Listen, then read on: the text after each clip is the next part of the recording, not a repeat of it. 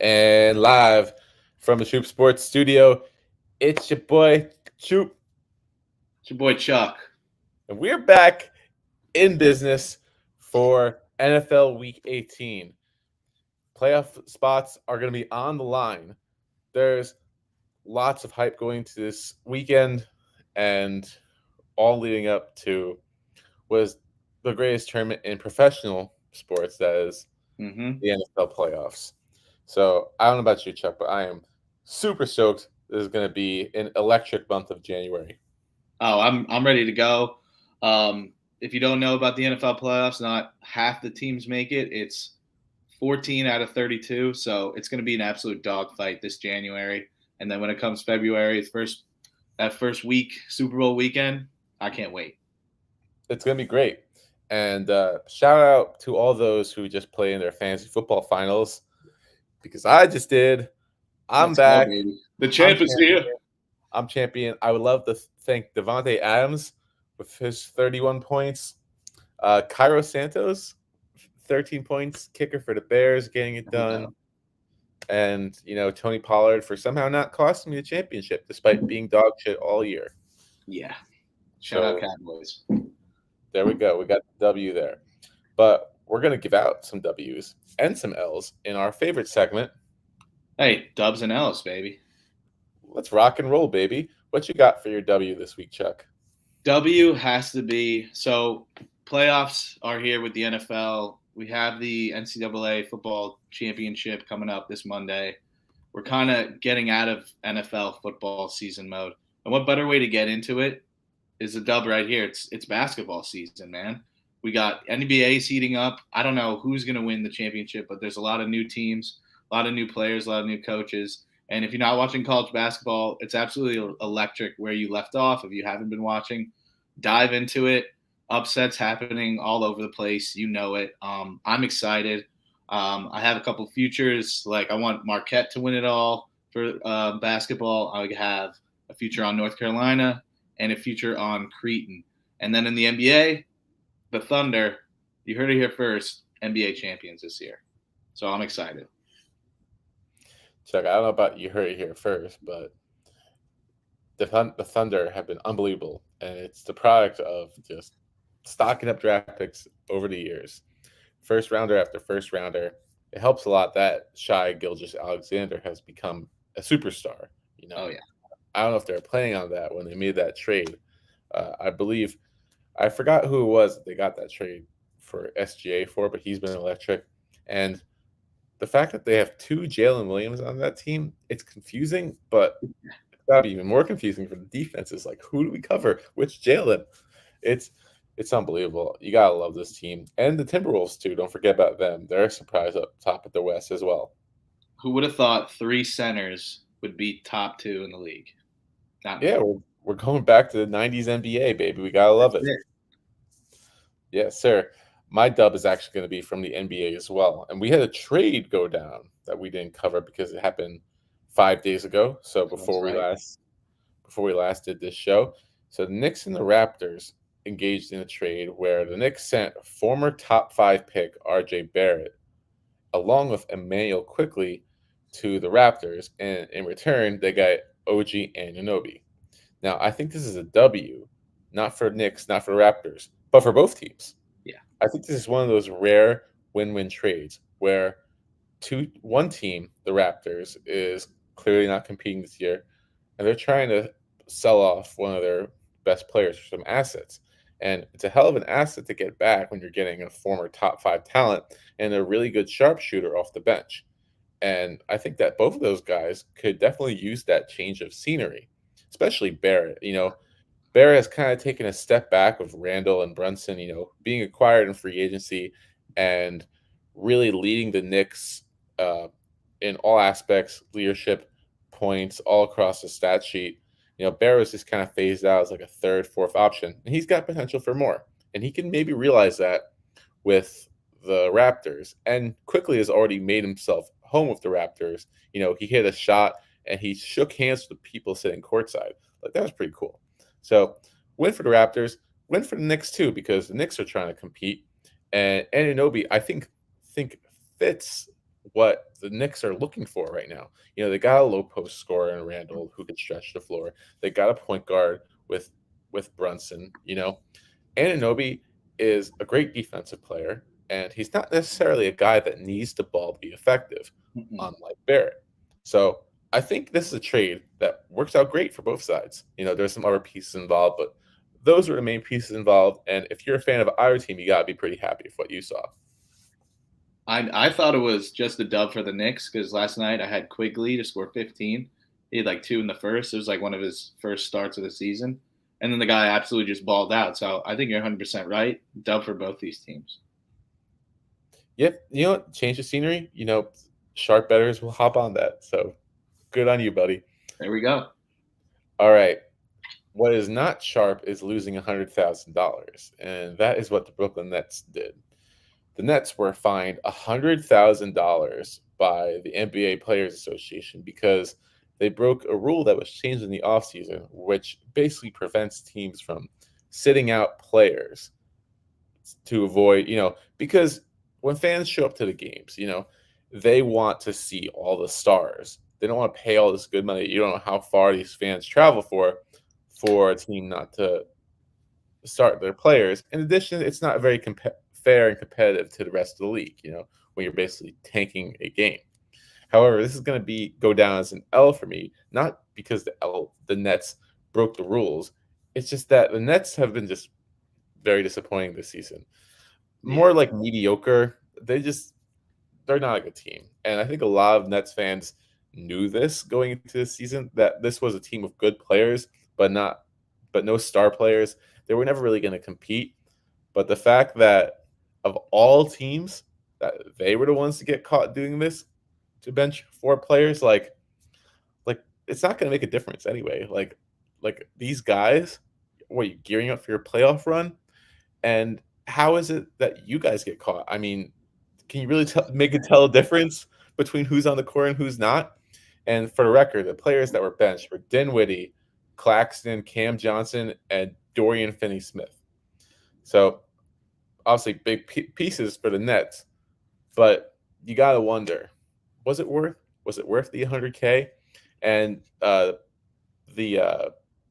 head of basketball operations, Joe Dumars, he didn't even keep it professional with his quote. He just straight up said, so if you want to get your players rest, there are ways to do this. But if you want to do it in a way where it becomes egregious, sitting 4 or 5 guys at a time, that's just not what we're about. So like he basically straight up said, like, Nets, you're being dumb right now. And they were, honestly. They deserved the fine, L to the Nets. I think I know what game it was. I think it was against the Bucks. They played literally like 6 minutes, and then Jack Vaughn took them all out. And you see the whole Bucks team playing most of the entire game, and then became a blowout because obviously the Nets had their bench players playing. But like as a fan, and I'm at that game, oh my god, I would be so pissed. I just feel bad for the fans who are at that game. And now the Nets 5-game losing streak, so hopefully maybe it gets better, but right now I'm hoping for the worst. So it's quickly spiraling. Quickly spiraling. Yeah. All right. What's your L? So my L is going out to Peacock. I'm not much of a streamer guy. I'd say myself I'm an old head, but I'll always surf the web and find a stream illegally. You know how we roll, me and shoot. So I'm not paying for Peacock for 1 week or whatever, 1 day to just watch one NFL game. And they're having it's the best tournament in professional sports. The NFL is having a Saturday night game on Peacock. So I don't know how that's going to work. Like if you're at a bar, like are they going to have to like get Peacock to display it on the TVs? Like is that game even going to be on at the bars? So I just have a huge problem with Peacock taking over this playoff run of the NFL in this year. Like I don't know why they can't wait a couple more years till. I mean, streaming has become prevalent now, but I just think it's a huge L that they're putting out one of the playoff games on a streaming platform, and I'm hoping that the NFL doesn't get a lot of use from this and they never do it again, because I am sure as hell not buying Peacock for a day to watch one game. So big L to Peacock. I'm not a fan of you. There's a big problem, starting last season with the addition of Prime Video for Thursday Night Football. the NFL Network exclusive games, Peacock. The problem is the NFL knows that they are the most watchable television show on the planet right now. And they know that even though we don't have instant access to this game, that we're all going to try to find instant access. So what they're thinking is, well, if everyone wants to watch our games, why not make them pay for it? Because what choice do they have? But there is a choice. There are illegal streams out there. And, you go, people have to go to a bar to watch the game. It's going to be like 50 eyes on one TV instead of 50 eyes on 50 TVs. Yeah, So I that's agree. I agree with what you said. Hopefully, what happens, and I didn't do any numbers, on the last Peacock game, that Saturday night game that they had, it was but awful. Yeah, yeah, and the broadcast is awful. Hopefully, broadcast gets better, but the best case scenario for all of us is that whatever playoff game ends up being hosted on that Peacock, that broadcast, it gets the least amount of views, and the NFL says, okay, this experiment didn't work. Hopefully that's what happens. And I don't want to be on here and say boycott the game, no, because we're all going to want to watch it. If you have the streaming access to the streaming site, go ahead and watch it. But there will be a lot of people out there that aren't going to pay for it. That maybe will get a free trial and just cancel after. Like, I just hope this is an experiment that the NFL doesn't run with, because if this works, we're headed towards a dangerous path where pretty soon maybe all the games become pay-per-view. And that is something that is just it's just not good for America. Like, not mm-mm. just for the NFL. It's not good for America that we have to, everything's just gonna get more expensive, and it's just gonna be ridiculous. Keep the NFL watchable for everybody. Like this ain't UFC. This is the NFL. Like, come on. That's what makes American sports so great, and that's what makes NFL so great, is that we have instant access to all these games. Like, you can get NBA League Pass, but other than NBA League Pass, how else are you going to watch all the games? But the NFL, all of them are going to be on national TV. You just have to pay for like one channel to watch all the games. Once like one show, Red Zone, to see all the big moments. Like, I don't mind that because it's a pretty good deal to see all the games. But if you're talking about individual games, now you have to pay money for a streaming service in which you don't watch any of their shows. It's just kind of ridiculous to me. And it's just not something I see myself doing anytime soon. No, But I love the NFL. I don't want to be forced into watching it. mm-mm. No, no, sir. That's a monopoly for you. The All right. NFL's a Well, monopoly. we will get you guys some numbers once that Peacock game rolls around in 2 weeks, but we got business to sort out first. And we got a busy NFL Week 18. Lots of action to go around. So, Chuck, we're going to ask some questions, and then we're going to go over our picks. So, first question, we're going to see a lot of head coaches fired after this week. That is a guarantee. The question is, which ones? We kind of know which ones are going to be under major heat, but give me a head coach who you think can save his job with a win this weekend, or otherwise he'll lose it. I'm gonna have to go with Antonio Pierce. I don't think he was ever gonna get fired, but I think he's a really good head coach, and where the team stands with him, and he's got the players have got him, and the way he's willed his team to win these last 5 weeks, like, and get wins, like, it's just, I think it's kind of amazing. He was a giant, and that's why I also like him too.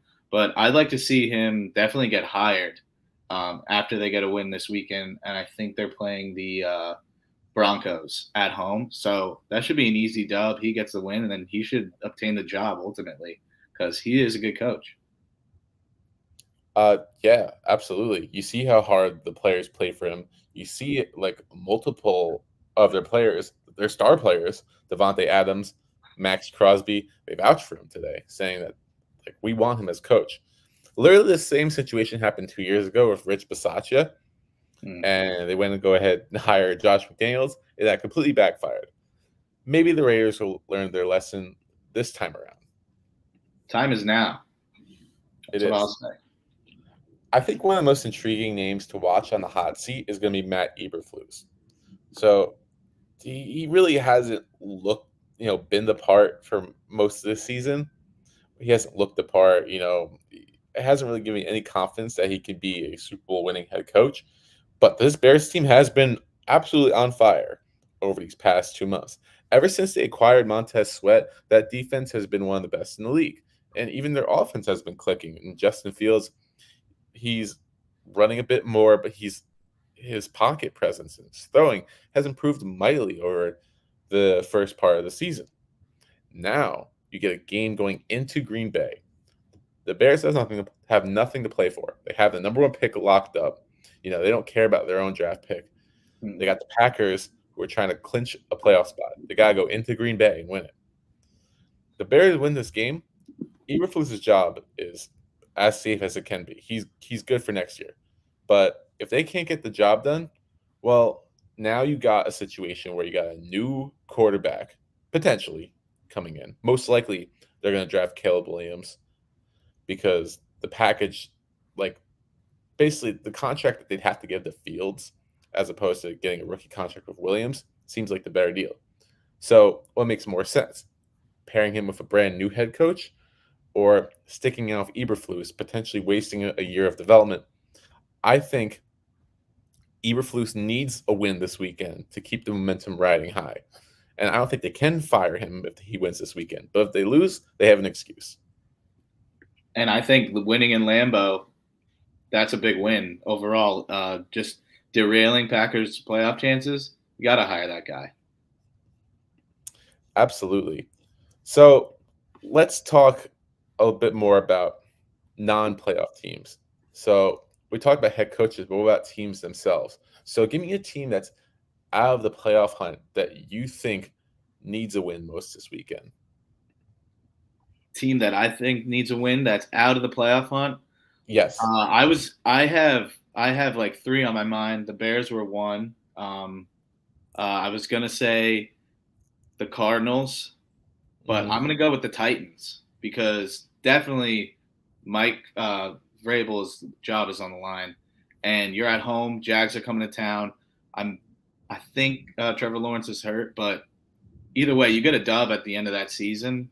I think the Titans, they got nothing to look but up. Yeah, and they can ride some heavy momentum.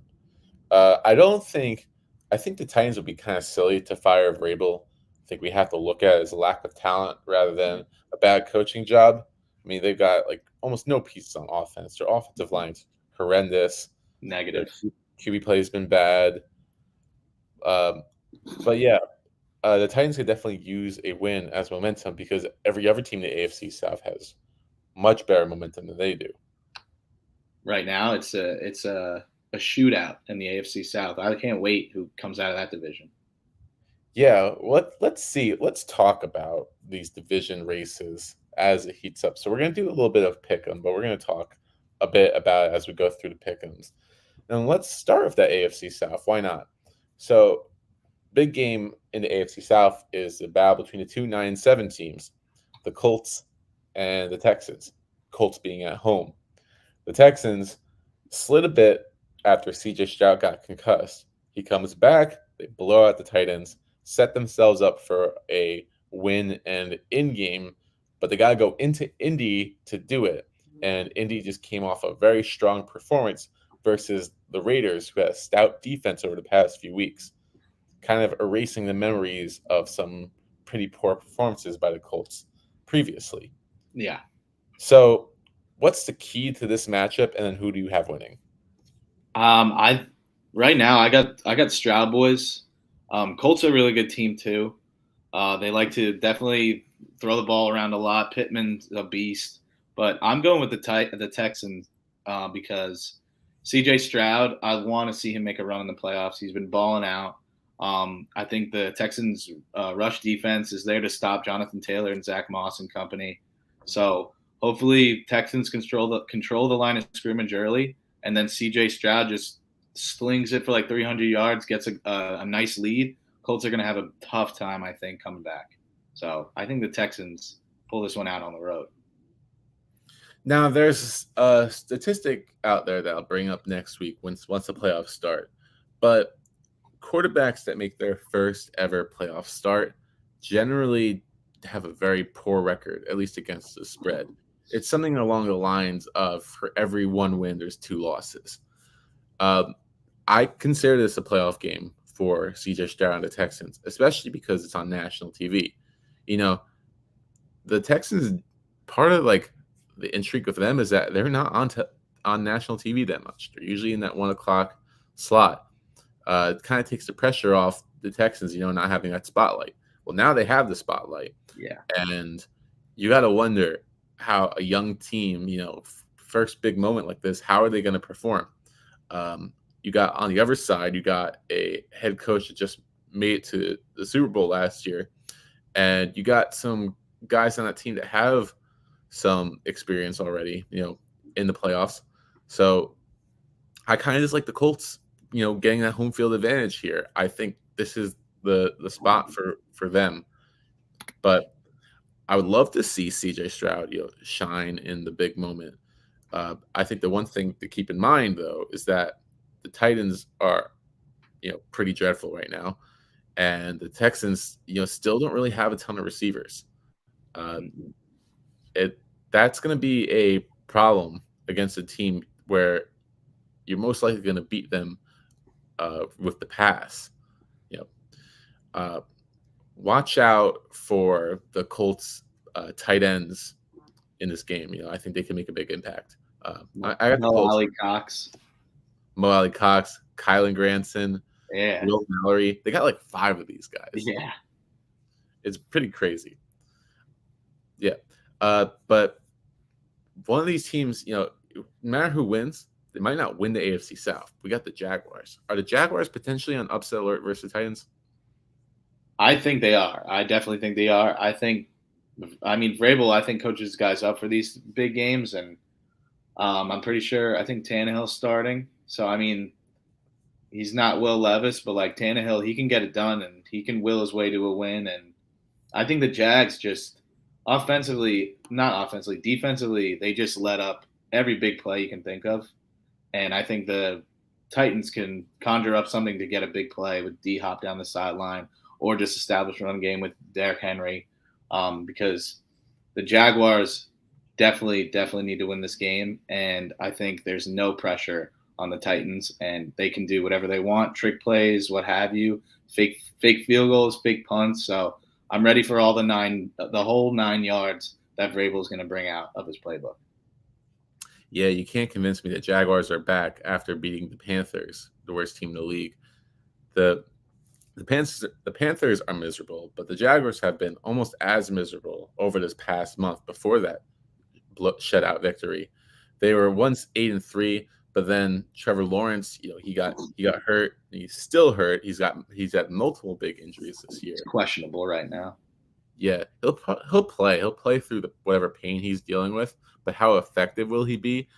We've really yet to see it. Calvin Ridley, he's had some big games this year, but overall he's been pretty disappointing.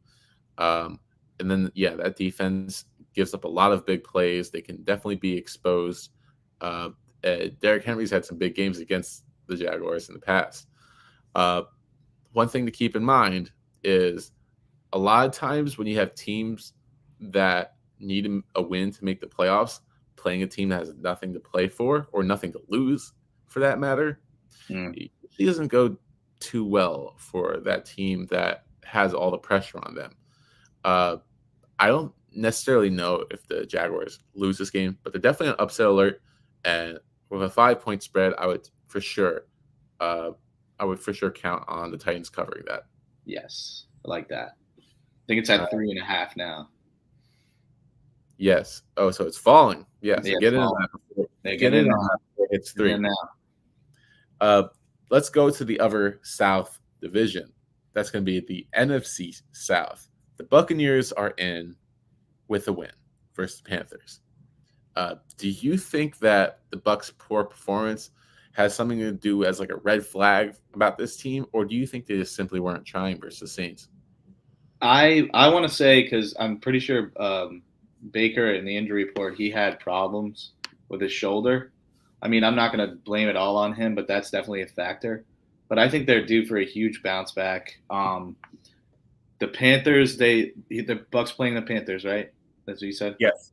So the Panthers, they have a really good pass defense, but their rush defense is not that good. And I think the Bucks can establish the run early. Um, all they have to do is take care of the football, and I don't think they did a great job of that last week either. And the Saints kind of ran it up on them, but they just they have to execute on third downs. They were terrible too. They could not get a first down on third down throughout the whole first half. That's why they were behind so much. So I think they bounced back this week, and they just kicked the Panthers' ass because the Panthers right now just so inconsistent. Like they got to win that game. And I mean, I know it's on the road, but the Bucks, they have to be ready. They have a good coaching staff that's experienced. Baker, all the way. Mm-hmm. I do think the same rule applies with the Jaguars, that the Panthers, could play a lot more free, knowing it's the last game of the year. Jobs will be on the line. The Bucks, they might think they have this one easily. All I have to do is beat the lowly Panthers. But I get a different feeling from the Jaguars, because the Jaguars are in free fall. I do think that the Bucks didn't take that game all that seriously last week because they didn't really need to win. We saw them put up some stats in garbage time, so they still have the ability. And I think someone like Baker knows how big this moment is, and he is an absolute gamer. He's going to get his guys ready for this game, and they're going to give it their all. I see Mike Evans having a vintage game in this one. He had a really good game last time out. I believe it was like week 12 or 13 against the Panthers. I can see him doing it again. So I think the Bucks win, and I think they do cover the spread in this. Okay, is that -4.5? Mm-hmm. Yes, it's a tough number, but the Panthers are pretty dreadful. So I don't even know if motivation helps them or not. Definitely not. If the Bucks do lose, we got the Falcons versus the Saints. Who wins that game? I got the Saints. I definitely have the Saints. After last week's performance from Derek Carr, absolutely just slinging the rock at will on that Buccaneers defense, which isn't that good in pass defense, but I think Derek Carr is going to do all he can to win that game, and then let fate decide, because the Saints and Falcons play at 1, and then I'm pretty sure, do they both play at 1? They both play at 1. So I don't know if you can not watch the game, but they're going to be both tuning into each other's games the whole time, and the Saints are going to want that win, and then they can let fate decide on the other game. So I think they're all focused right now. The Falcons, I don't know what that performance was against the Bears. That was crucial. They needed to win that game, but apparently they're still in the hunt. But I just think the Saints defense is going to show up and stop that run game, and then Derek Carr and Alvin Kamara, they're going to dink and dunk all the way down to the end zone all day. Well, is Kamara playing this week? Because he did have an ankle injury. So look right now, he is questionable. So we'll see. Yeah, it looked like it was a classic gator roll tackle ankle injury. It didn't look too great. I'm going to disagree with you here. I got the Falcons winning. The Falcons have been super inconsistent all year. They look terrible one week, really good the next. I trust the Falcons being inconsistent, consistently inconsistent, more so than Derek Carr winning a clutch game.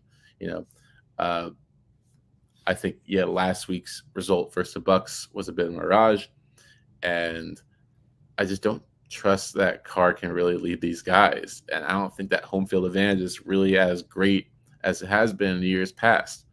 I think Arthur Smith is kind of going to be fighting for his job, even though ownership said his job was safe. I still think he knows that his job is kind of on the line.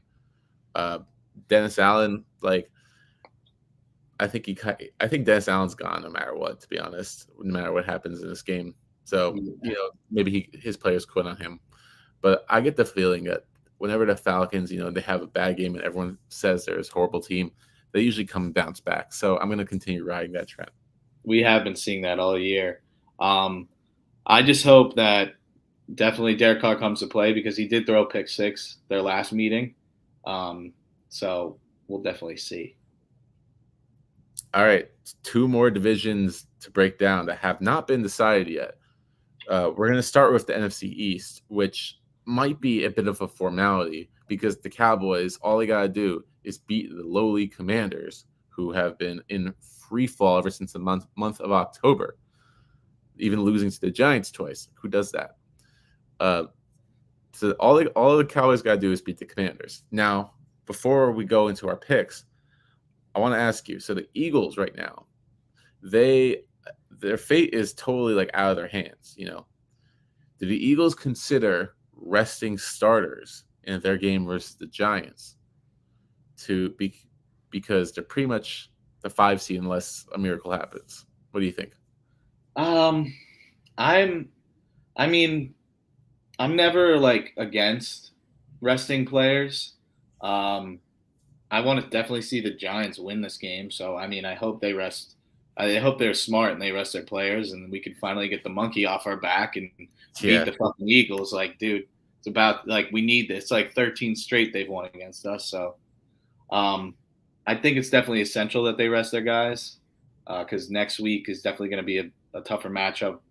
Um, so yeah, I'm gonna have to go with resting them because they're gonna need everybody. And one injury, especially on their defense, could screw them for the next playoff game, like insurmountably. So definitely sit everybody. I like your reasoning. Let the Giants get a win. Even if they rest their guys, I feel like the Giants are so snake bitten in these games versus the Eagles and the Cowboys. I'm not even Yeah, sure for that. But yeah, I think the Cowboys have their game against the Commanders on lock. I don't think the Cowboys are a team that's going to get tripped up by winning a must-win game. The Commanders just QB play has been horrendous this year. They're super banged up in the secondary. How are they going to stop that offense? mm-mm. Um, Home field, it's going to be like 50-50. Going to be a lot of Cowboys fans there. Just Yeah. and the Commanders, they're in position to get the second pick. So they have huge motivation to lose. So yeah, I actually think it would be smart for the Eagles. Maybe keep an eye on the scoreboard, see how the Cowboys are doing. Potentially rest guys in the second half, just let the results be what they are, Mm-hmm. and go in and get ready to face whatever NFC South team that they're about to play. Because we all know that'll be a pretty winnable game for them. I would love a win for the G-men. Yes, that would break a lot of bad luck that we've had. And both of those games are at 4 o'clock. So there's no like one game's over, they're looking at the next game. They're like you said, they're going to be simultaneously looking at each other's games. Yes, it's going to be a crazy, crazy final week, but the final game is going to be the craziest of them all.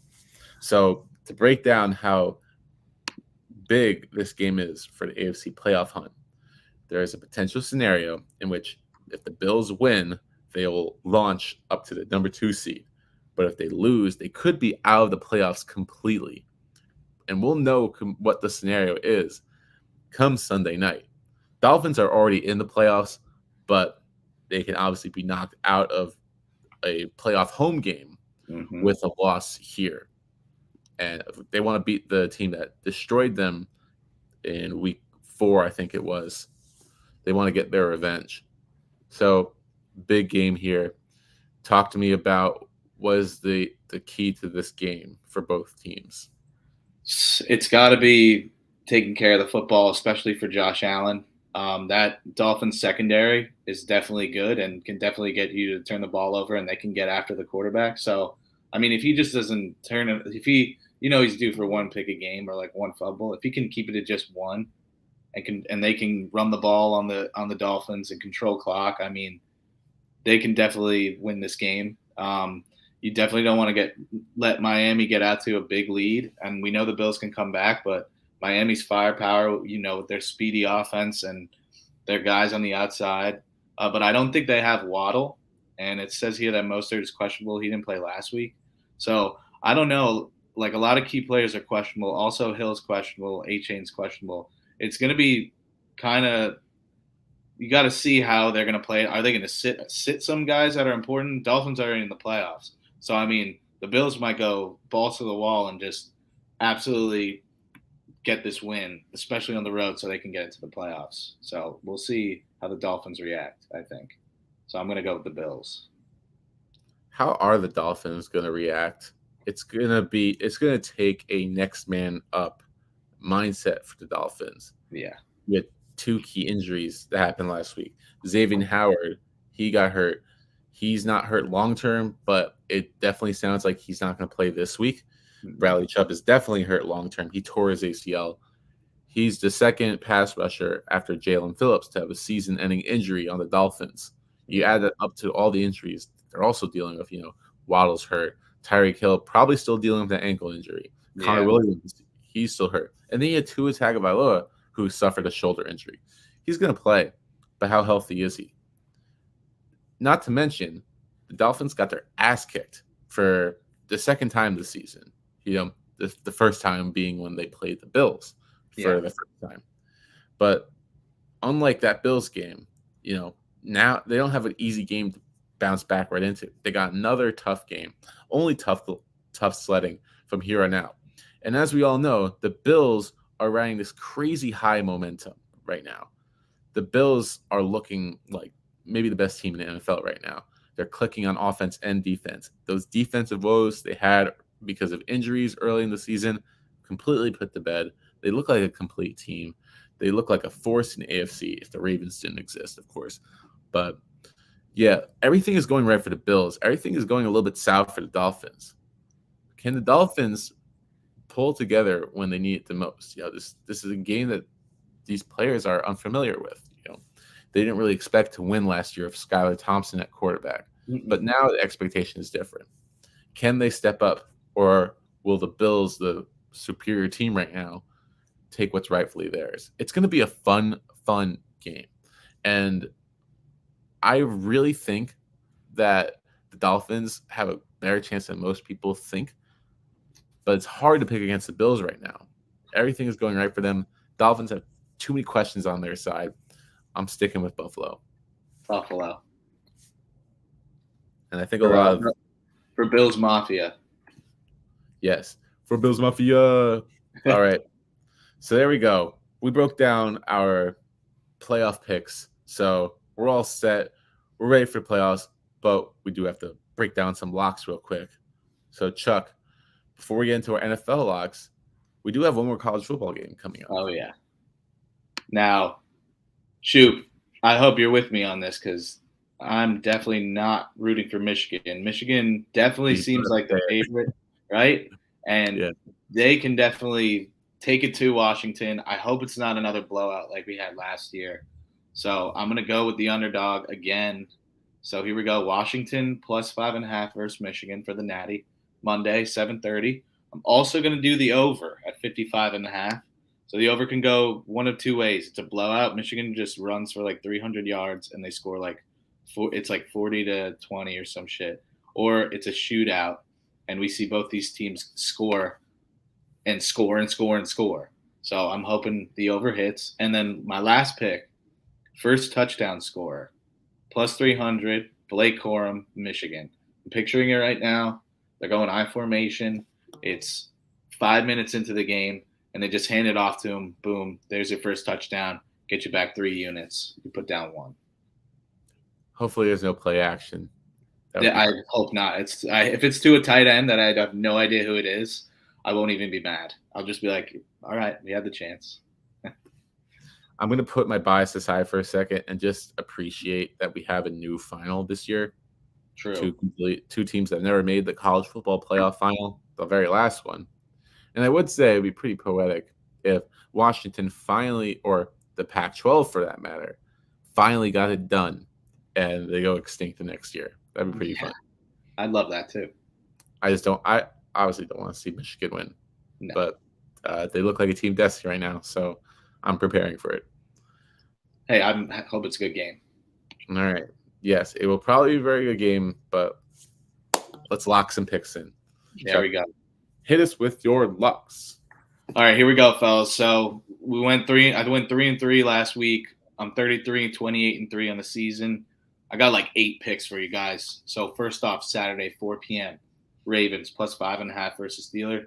I know that Lamar is out, but I love Huntley taking the reins. Like that guy was born to be the backup quarterback for the Ravens, so he's gonna absolutely ball to the wall. And Steelers gonna play hard too, but hopefully I can see the Steelers winning. But all the Ravens need to do is cover by 5 points.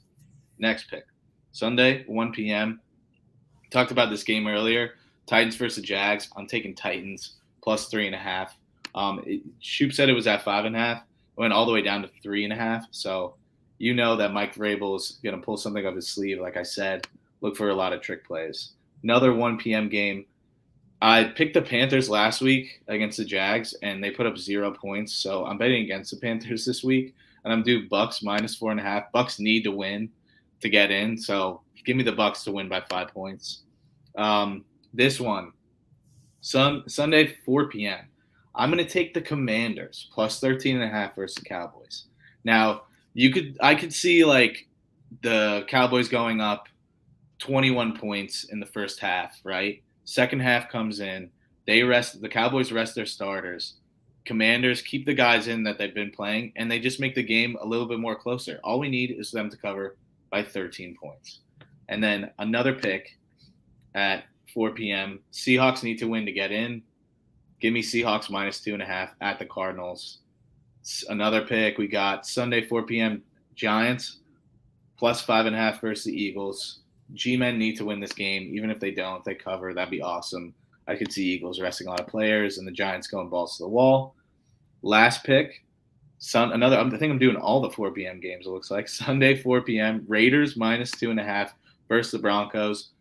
Antonio Pierce, he wants that job. He's got to beat his division rival and end the season on a win. Just how the season has been going all year long at the end of the season, just getting wins and racking up wins and getting it done. And then now I have the New York parlay. Now I'm 0-1 on parlays this season. This is the second one I'm putting out. It's plus 500. It's Jets money line against the Patriots at Patriots, and then it's Giants money line against the Eagles. So if those two hit, you wager 1 unit, you get 5 units back. Let's see how we do. Jet up. I hate that parlay, but I admire the balls. So love the picks there, Chuck. That's it. You know what? I don't really give out a ton of locks usually. So for the final week of the season, I'm going to give out 5 locks. So let's cook them up. My favorite play of the weekend is going to be the over between the Commanders and the Cowboys.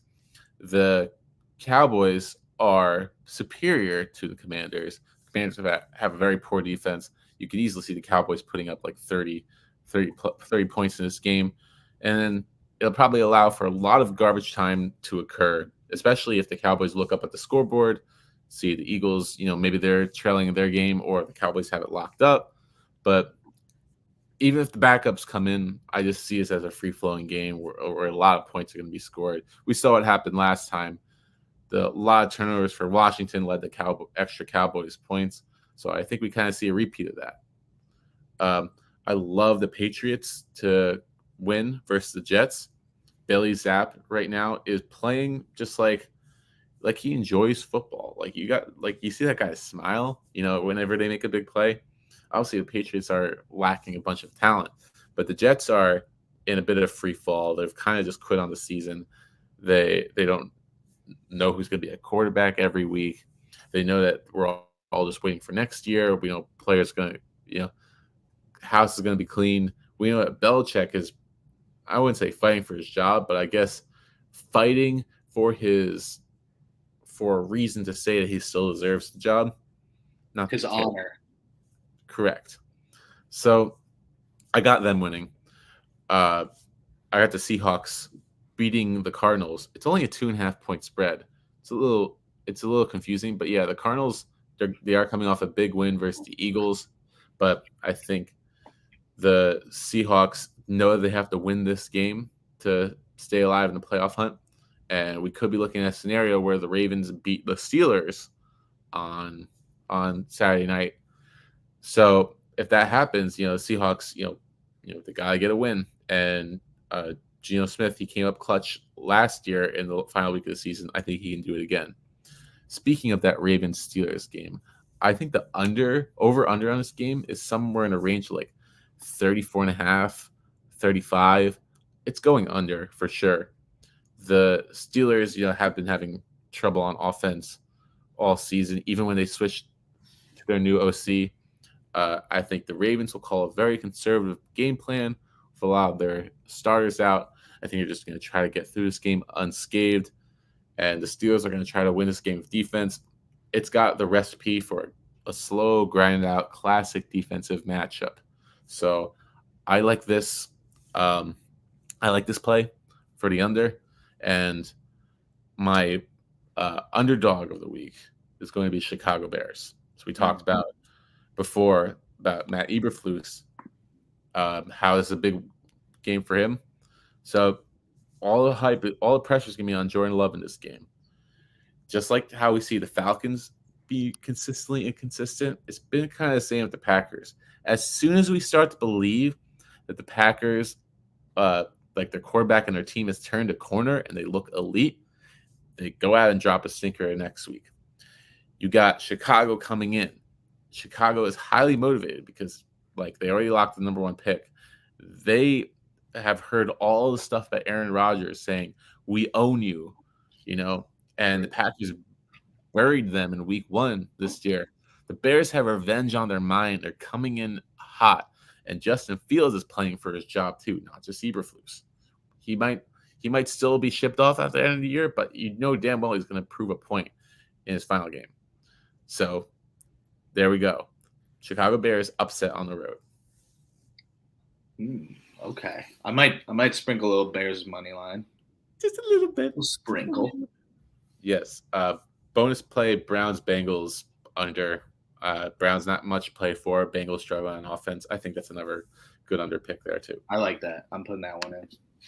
Great. But as far as our show, that is going to be it for today.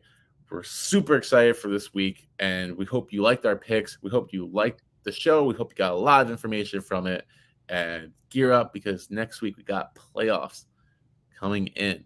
We're coming hot with our predictions, so get ready.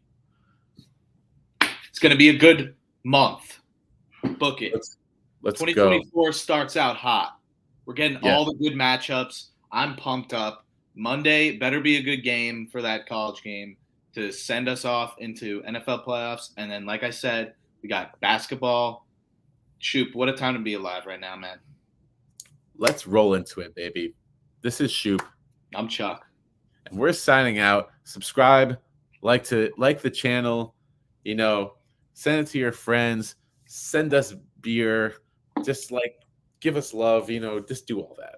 Love me. Just love me, please. Just love us, please, somebody. Anyway, have a good one. Deuces. Deuces.